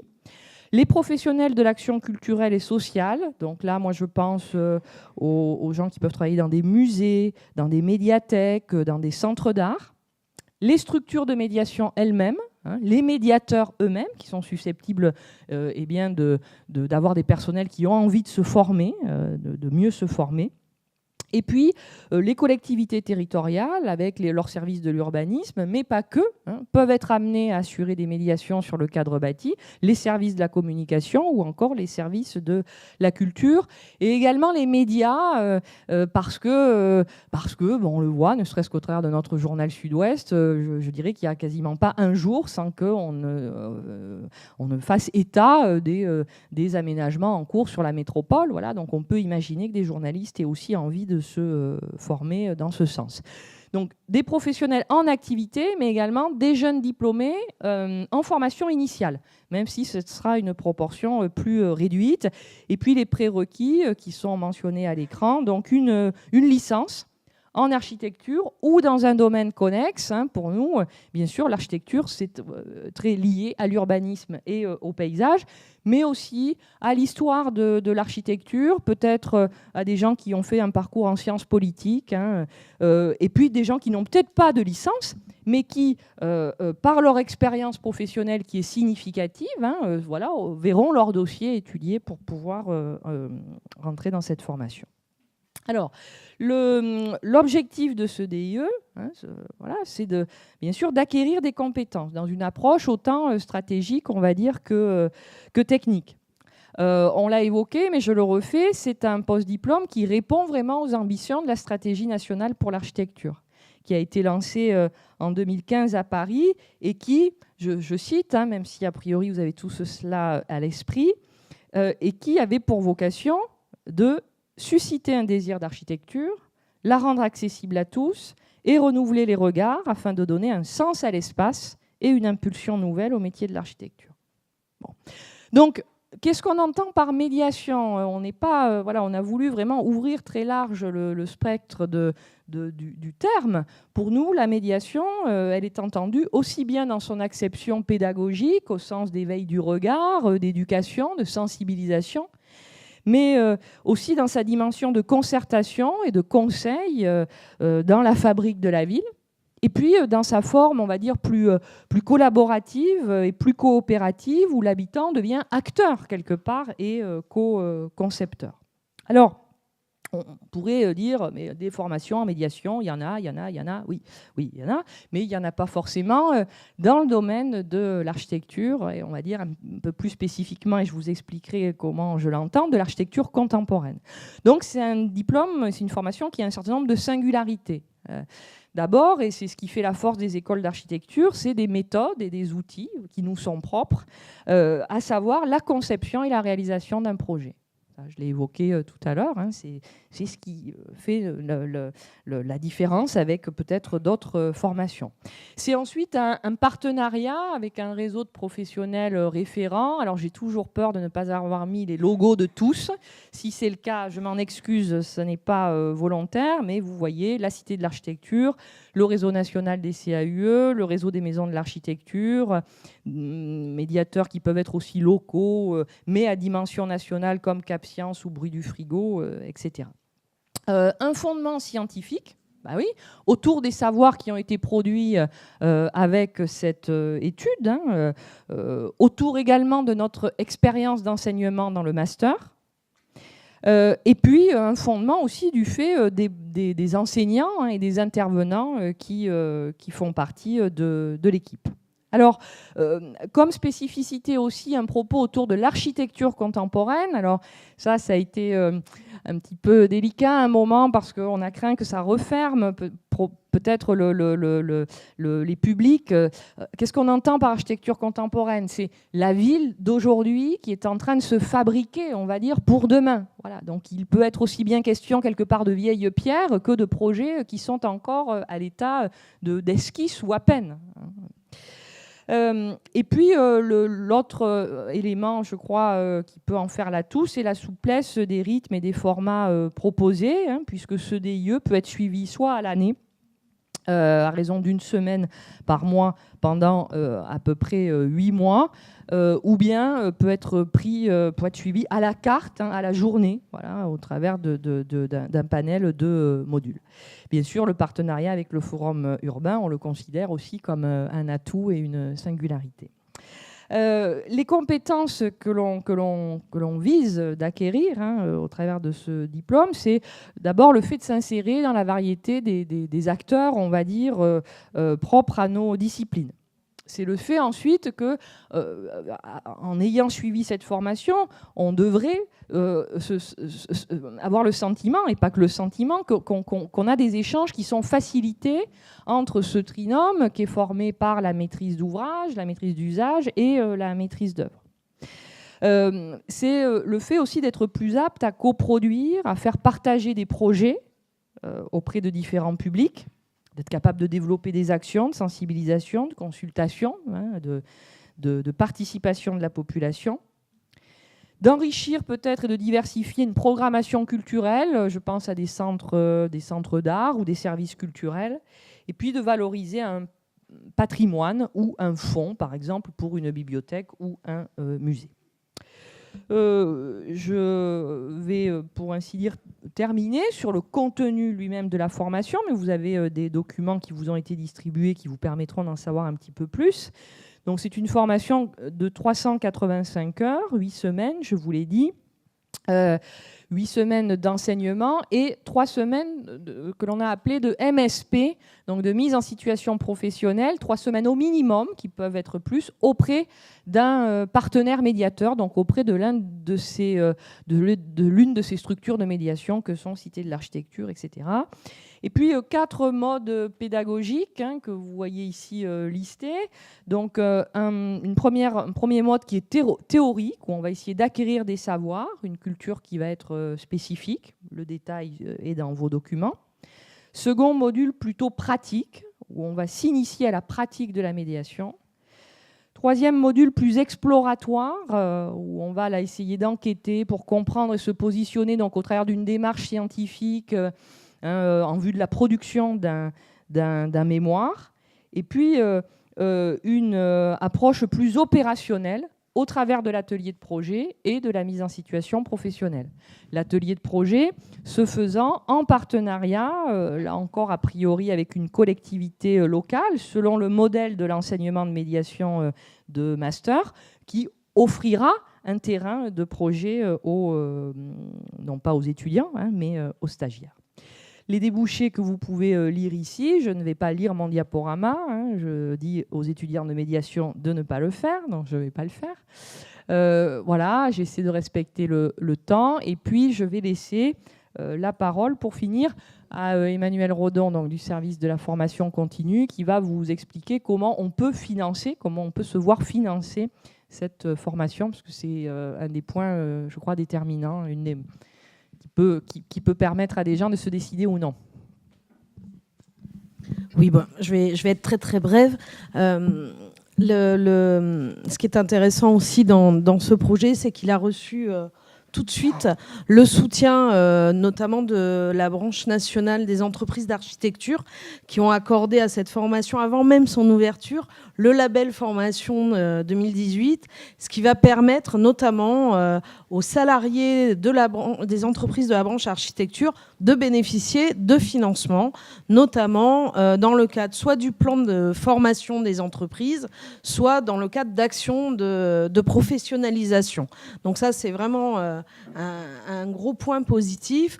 On a obtenu, après quelques péripéties, l'inscription de cette formation, de cette certification à l'inventaire des certifications nationales professionnelles, donc qui va aussi permettre d'ouvrir, par exemple, à des libéraux, des architectes libéraux, sous réserve bien sûr de cotiser à un fonds de formation, par exemple au FIFPL, que certains connaissent peut-être, de bénéficier également de parties de financement. On est conscient qu'il peut y avoir des difficultés à financer l'ensemble des coûts, puisque le DIE, c'est 7 000 € dans son intégralité en formation continue. Il est donc possible de monter des cofinancements. Je ne vais pas m'étendre plus avant. Je voudrais juste vous dire que le service formation tout au long de la vie, formation initiale, formation continue, parce que c'est le but, c'est aussi ce va-et-vient qui aujourd'hui est prégnant en général dans tous les secteurs. La formation, c'est tout le temps. Et donc, notre service est vraiment à la disposition des personnes qui seraient intéressées pour réfléchir et les accompagner sur une recherche de financement. Merci à toutes les deux. Alors,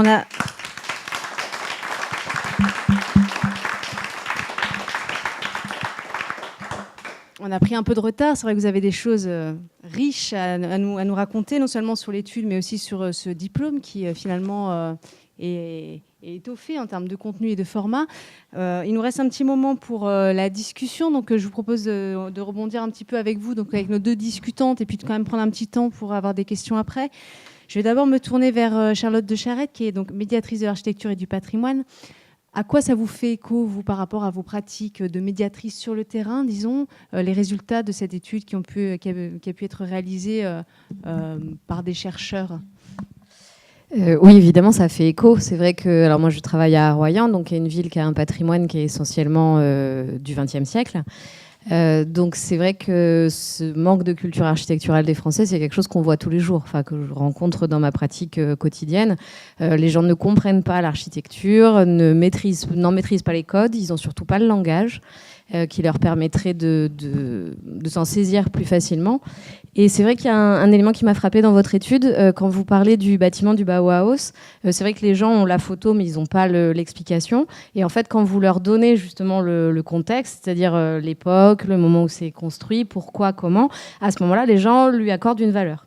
Ce qui n'est pas le cas quand ils voient simplement l'image de ce bâtiment qui rattache effectivement à des choses négative en fait, une vision négative de cette architecture moderne. Et quand ils ont l'explication, voilà, tout de suite, ils lui accordent une certaine valeur ou en tout cas un intérêt. Et ça, c'est à mon avis, l'intérêt de la médiation, c'est qu'effectivement de pouvoir expliquer à ces gens, au grand public d'une manière générale, en quoi cette architecture est intéressante, à défaut de les convaincre qu'elle est belle, on n'est pas là pour ça, mais voilà, montrer l'intérêt de cette architecture et donc susciter, encore une fois, une envie d'aller plus loin et de la découvrir. Donc c'est le cas pour le Bauhaus, mais j'imagine aussi à Royan, qui est typiquement moderne. Donc Exactement, oui. C'est vraiment quelque chose qu'on entend tout le temps dans ces pratiques de médiation. C'est je n'avais jamais vu ça comme ça, je regarde la ville autrement maintenant, je vais avoir un autre regard sur mon cadre de vie, parce que nous on travaille aussi bien avec les habitants qu'avec les touristes. Et effectivement, ça c'est vraiment la formule qu'on entend le plus. Je n'avais jamais vu ça comme ça. Maintenant je comprends mieux, je trouve ça intéressant. Voilà, ça c'est un discours qu'on entend tout le temps. Céline Domingue, donc, vous êtes directrice de l'exploitation à Cap Science. Qu'est-ce que c'est, directrice de l'exploitation? Quel est votre rôle? Et peut-être pour aller un peu plus loin, à Cap Science, qu'est-ce que vous faites en matière de médiation de l'architecture? Est-ce que vous travaillez sur ces sujets-là? Alors, pour répondre à vos premières questions, je vais essayer de rien oublier. Directrice de l'exploitation, pour faire simple et pour surtout parler du sujet qui nous intéresse aujourd'hui, à savoir la médiation en architecture. Moi, je m'occupe aujourd'hui à Cap Science de tout ce qui fait vivre en fait et l'exploitation de ce centre de culture scientifique.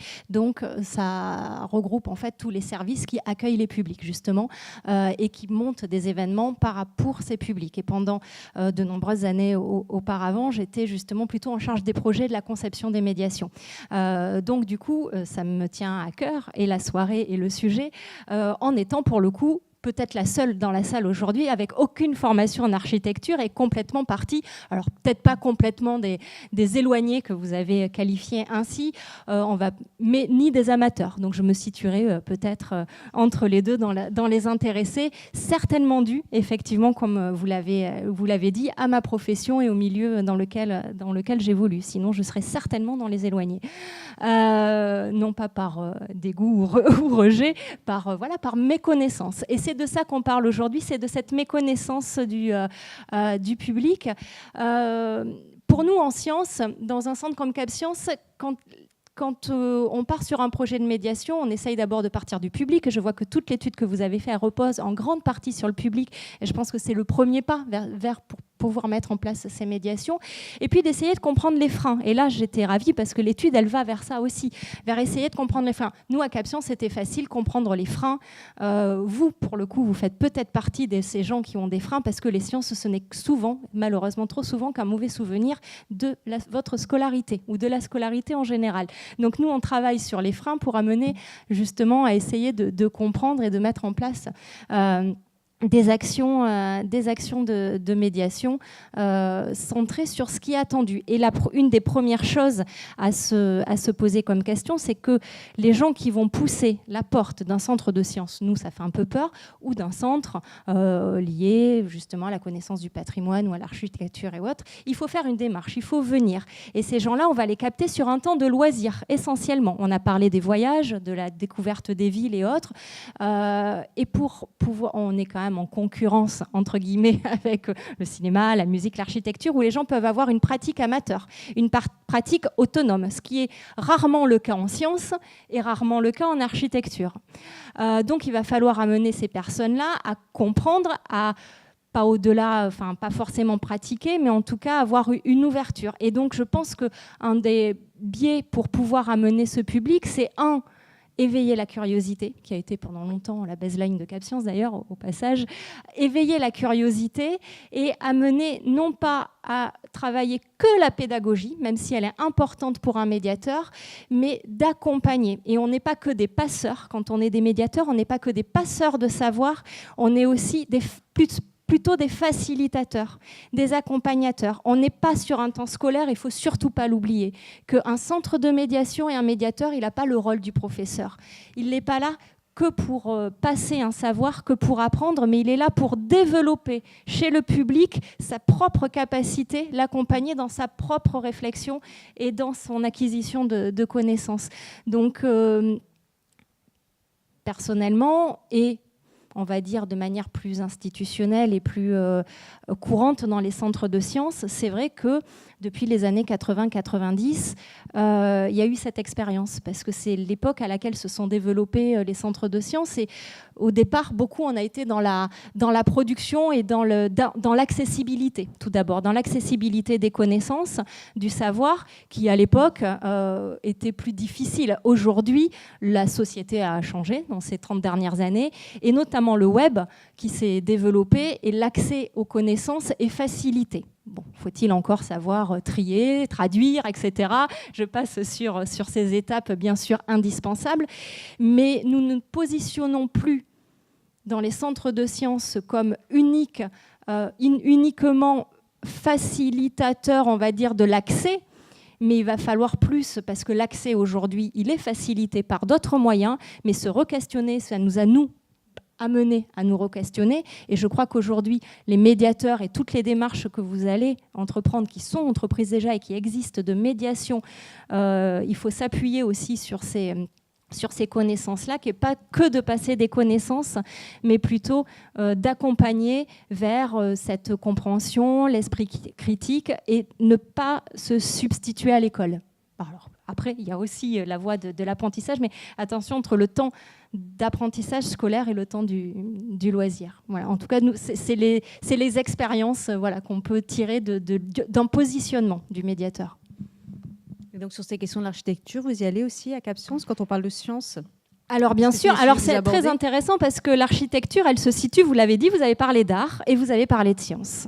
Donc, c'est pas qu'une histoire de goût, on l'a vu, et c'est à mi-chemin entre énormément de disciplines. C'est un sujet vraiment pluridisciplinaire qui va aussi des sciences humaines, de la sociologie, des sciences techniques, de la construction, du bâti, de la physique, de beaucoup de choses aussi qui sont des sciences dures. Donc bien sûr, nous, on est un lieu où on a d'ailleurs traité d'expositions qui faisaient appel à l'architecture. Je pense à une exposition il y a quelques années qui accompagnait toute la construction du pont, qu'on appelle encore Baba, hein, même si ce n'est pas son nom officiel.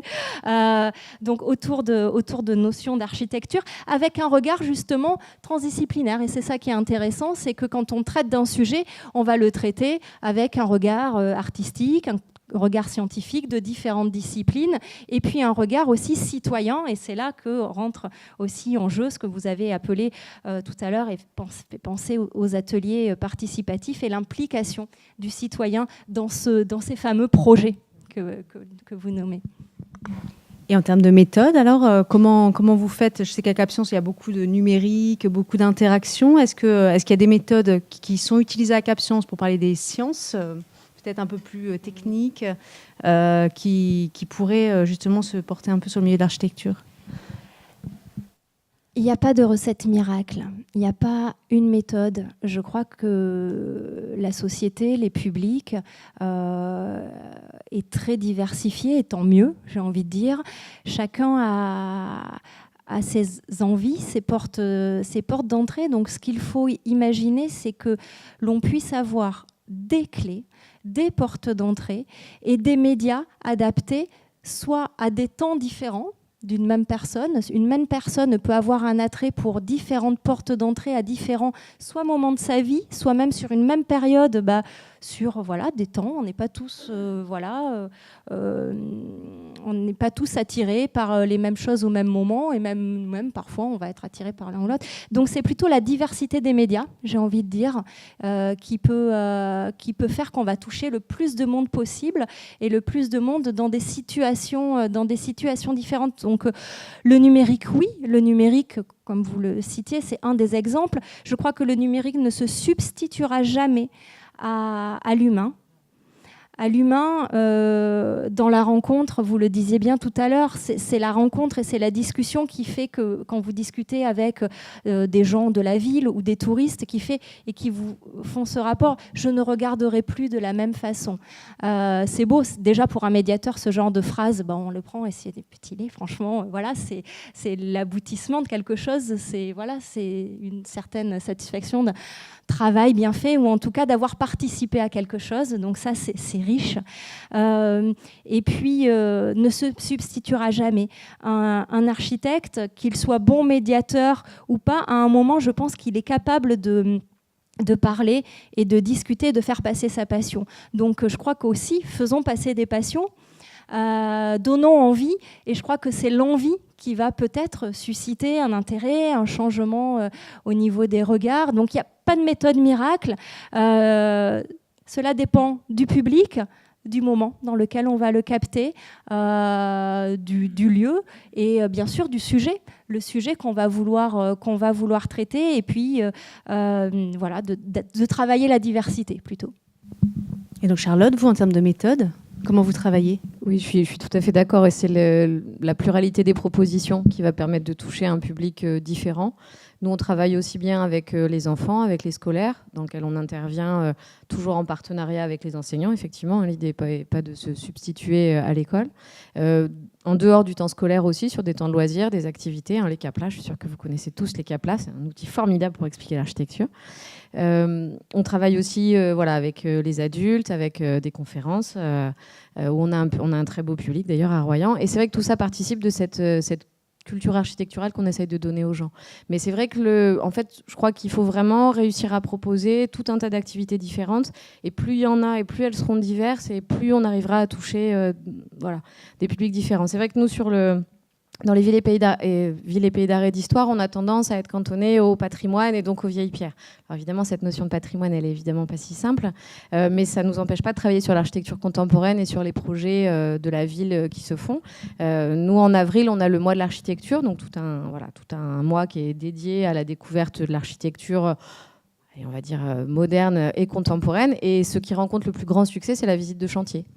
Donc les visites de chantier sur place, où on découvre la ville en train de se faire, où on rencontre l'architecte ou le commanditaire, les rencontres avec les professionnels, les rencontres avec les architectes qui font visiter des constructions récentes. Effectivement, ce ne sont pas des médiateurs, mais la plupart arrivent justement à donner, à montrer ce qu'ils font, comment, pourquoi. Et ça, effectivement, c'est ce qui marche le mieux. Très, très nettement, c'est il y a une envie de voir comment les choses évolue finalement autour de nous. Et puis on sort peut-être un peu des formats académiques avec le savoir descendant, on est plus dans aussi l'impression de voir l'arrière du décor. Oui, tout à fait. Dans le chantier, il y a vraiment ça. Là, c'est vrai que par exemple, on a fait visiter un cinéma, qui en termes d'architecture, finalement, était assez... je ne vais pas critiquer les choses, mais par contre, les gens étaient vraiment très, très curieux de voir comment ça marche, de voir l'envers du décor. Donc, toutes ces questions-là, oui, effectivement, ça, c'est quelque chose qui séduit beaucoup les gens. Il nous reste pas beaucoup de temps. Est-ce que vous voulez prendre la parole pour une question, un commentaire, quelque chose qui vous a peut-être interpellé dans le cadre de ce qui vous a été présenté ce soir ?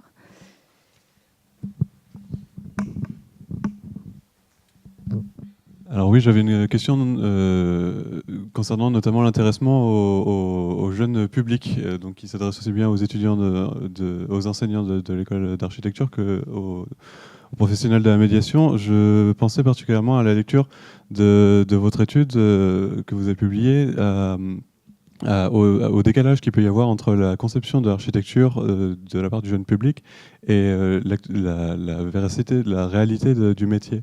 Et ce qui se révèle notamment, moi je suis encore pas très loin des études, et j'ai en tête les abandons de plus en plus fréquents au cours des études d'architecture, et ce que ça révèle.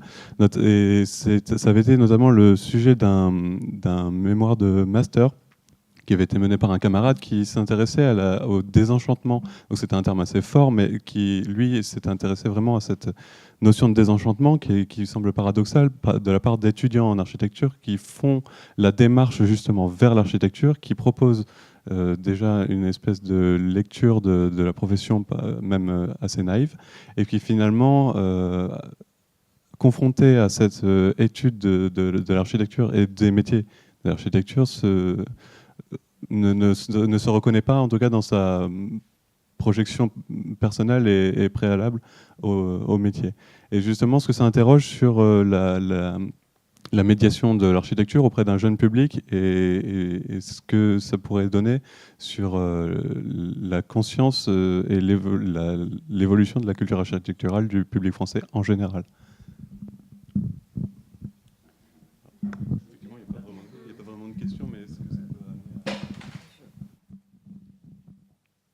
commentaire.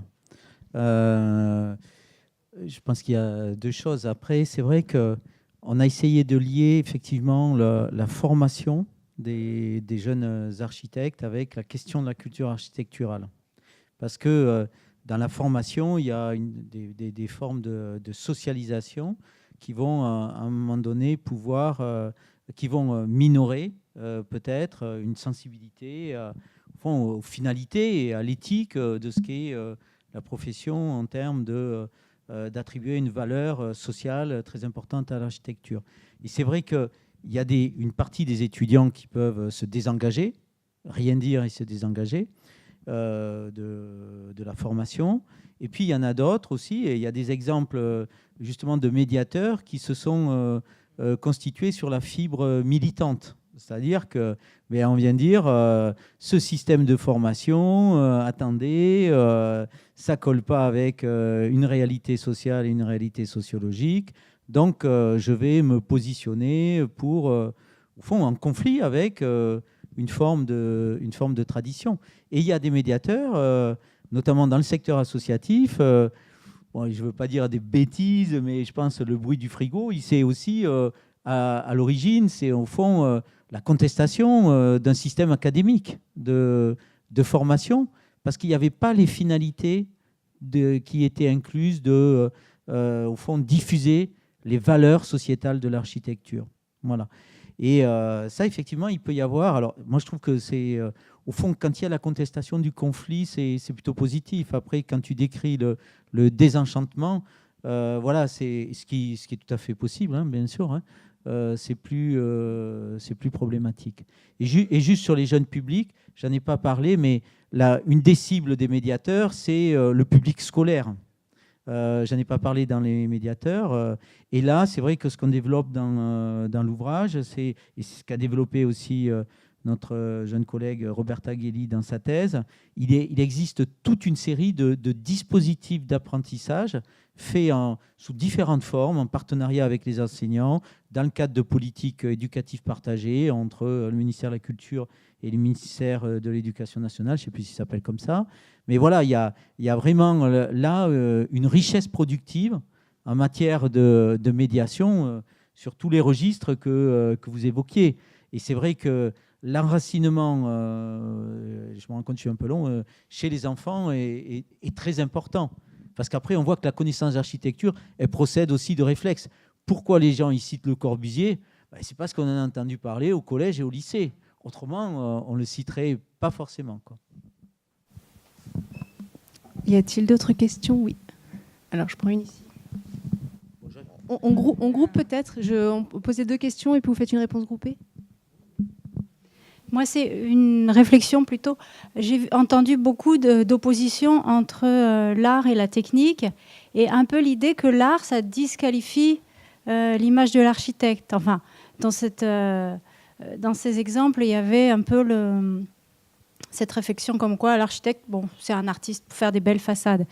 Et je pense qu'une façon de valoriser notre métier, ce serait de revendiquer ce statut d'artiste, mais comme quelque chose de très exigeant.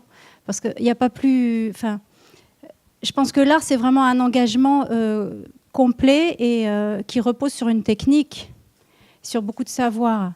Et je n'aime pas cette opposition-là que j'entends souvent. Je ne sais pas si vous l'avez dit dans ce sens-là ou... Moi, je suis d'accord avec vous. J'aime pas non plus cette opposition, puisque justement, ce qui peut permettre, parce que moi j'ai une dimension militante, mais pas celle que vous entendez, mais qui est celle de la défense et de la protection du patrimoine. Du coup, le fait de donner à ces architectures récentes, et en particulier l'architecture du XXe siècle, le statut d'œuvre d'art, ça permet de le défendre. Et donc, faire des architectes, des artistes, ça valorise aussi bien le métier, la profession, que les réalisations. Voilà. Mais en fait, quand la chose est réalisée, c'est une œuvre d'art et on va la vénérer.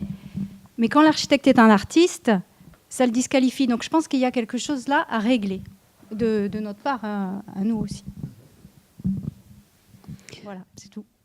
Bonjour, juste une question qui concerne, enfin ma culture architecturale est pas immense, hein, mais quand je pense à Royan, la première chose à laquelle je pense, c'est comme une personne qui y est allée la première fois, c'est la réaction face à Notre-Dame de Royan, qui est pas toujours évidente, et donc ça m'amène à la remarque peut-être sur la différence qui peut exister entre cette culture architecturale ou ce vécu architectural qu'on a en habitant quotidiennement face à un bâtiment ou face à un ensemble de bâtiments et la position du touriste.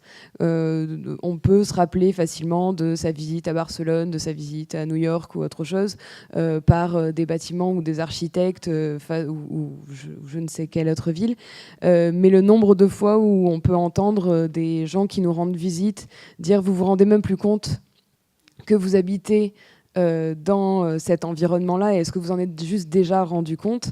Et donc peut-être cet écart entre l'habitant et le touriste face à l'architecture en fait, et à sa rencontre avec cette culture architecturale.